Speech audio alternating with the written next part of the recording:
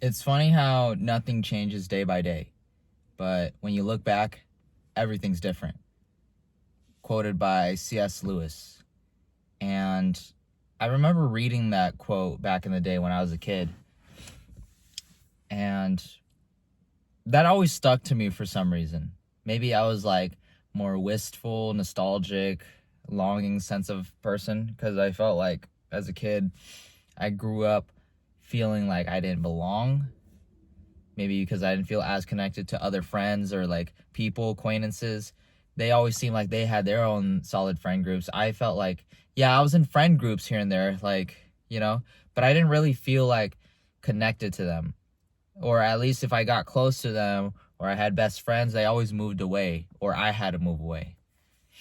So it just felt like I didn't really click with a lot of people growing up, even till this day.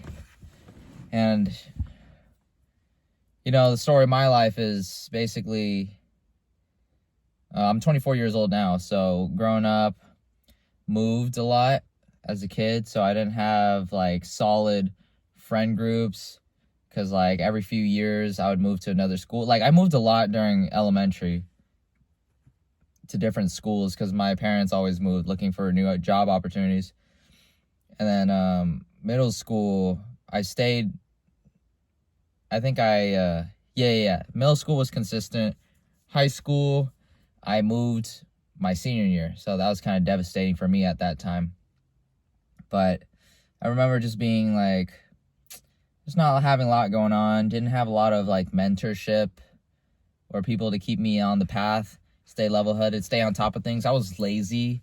I coped through video games. I involved myself in a lot of escapism through music, video games, anime, in my own head, and ultimately vices too. So it stunted a lot of my personal development and my social growth, which I feel like could have definitely been improved. And I look back and, you wish things could happen. You regret a few things here and there. But, ultimately in the end, I'm glad I'm the person I am today. Like, I built myself up to this point, right? But it's funny because that quote, the day by day thing, it really keeps you, like, you really just got to focus one day at a time. But you got to have a vision. And my vision was to get better, right? It's to be better. It's simple as that. Like, as a guy, I felt ashamed. Maybe it had something to do with the societal expectations of a guy, of a man. But yeah, looking back these past 5 years, ever since COVID, when the world stopped, right? It's been a blur. My journey's been a blur. And the time is just getting faster, I feel like. And it's crazy to think that, the old me wouldn't have imagined me today. I have a girlfriend now. I'm a personal trainer. I try to motivate people, or at least I try to document my journey so that I can help people, right? I can't teach what I don't preach. No. I can't preach what I don't do and practice. You can't preach what you don't practice, right? Yeah, so I just did an upper body workout, went to the gym with my girlfriend, and then we got some ice cream afterwards. Life's good. I think I'm always looking for more. I know I'm meant for more. I just don't know what. And, getting a chance to interact with older adults in this field makes me realize, like, it's going to be a grind. I can look at it pessimistically. I don't know. Maybe I'm a little pessimistic. But also, ultimately, in the end, it's like, what do I want to build? What's the legacy I want to build? This is what I asked for, right? I asked for the truth, to find the truth. And this is the truth I'm getting. And it's definitely a hard pill to swallow. Like, you're not going to be an overnight success. An overnight success is through years and years of, like, patience, timing, things like that, right? It comes differently at everybody's journey. And whether you can use religion to cope or you use other stuff to cope. The reason why I say cope, right? Here's the thing with religion. Like, oh, it's God's timing. Or it's not my timing right now. Those are all like mental copes in a way. Everybody copes in some sort of way. Even me. Like I try not to, it's a cope, like it doesn't matter, just play it off. And I try to intellectualize everything. That's my cope.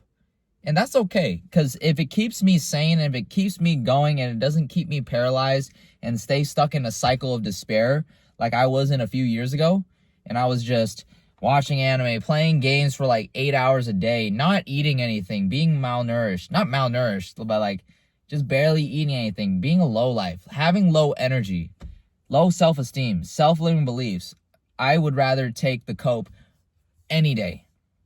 And people with religion, right? They cope through their verses that they don't even practice most of the time, probably. That's just my observation. But anyways, yeah, everybody has a cope, and that's fine. But if you're using your cope and it doesn't make sense and it leads to you being unproductive or procrastinating, or like, you know, I'm gonna be honest, when like the girlies say like live your best life, you know, they say things to make it easier on themselves, and they know the truth is there, but they don't want to swallow that pill. Or guys too, even being too overly emotional about things when you're not looking at it from an objective measure. And granted, I'm saying all this, I have trouble doing like dealing with that as well, but I'm able to kind of like make it logical, make it more objective, and view it from that stance, because that's the truth. It's either you get it done or you don't, and you do it or you don't, right? In terms of like weight loss, right? You do it or you don't. I trained a client. He was 270 when he came in, and we worked together, and he went down to 245. So he's lost about 25 pounds. And now he's running 5Ks. The thing that was the shift was that, you know, he was looking to lose 50 pounds, right? He was looking to lose 50 pounds in the next 6 months. Now, I told him, like, okay, in my head, like, I was still pretty green as a trainer.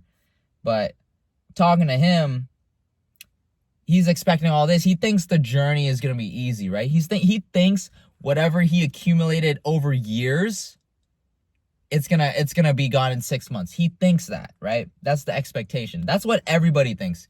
It's the Dunning-Kruger effect, right? When you're very new or very green, you think that you know everything. You have this this naive confidence. And then you start to realize, oh wait, it's harder than I thought. And your confidence just dips and dips and dips. And then you go through the valley of despair and you realize this is not as easy as I thought. And then you start to stick through it, and you start to get a little more competent. And then he started realizing, okay, it's a structure, it's a system. I got to keep my meals simple based on his situation, right? But anyways, man, looking back, yeah, my journey, my self-development has come a long way, and it's taken me years. I'm not proud of it, but it's something. I'm proud of the fact that I was persistent, because failure hates persistence. Because if you keep pushing no matter what, you're gonna go somewhere. I would rather crawl than stay in the same place, right? Now that I've seen the other side of it, it's hard to see the other side when you haven't been on the other side, right? That's why most people die before they've actually they're actually put in the funeral, in the casket. They die mentally, spiritually. They submit to the system, and they stay like stagnant. And don't get me wrong, I have no idea what being in a corporate 9-to-5 is, but I know what a 9-to-5 is. I currently work in one. Like, it's not a stable job. It just depends on the clients that come in, right? But it's still, I get what hustling means to an extent. I got to keep my clients. Client acquisition, client retention, things like that. And I'm starting to realize, like, okay, is this the path that I really want to choose? Right? Anyways, I'm yapping now. I'll just kind of end it there. Hopefully you guys took something of value from here. But yeah. Get jacked. physically, mentally, spiritually. You guys have a great night.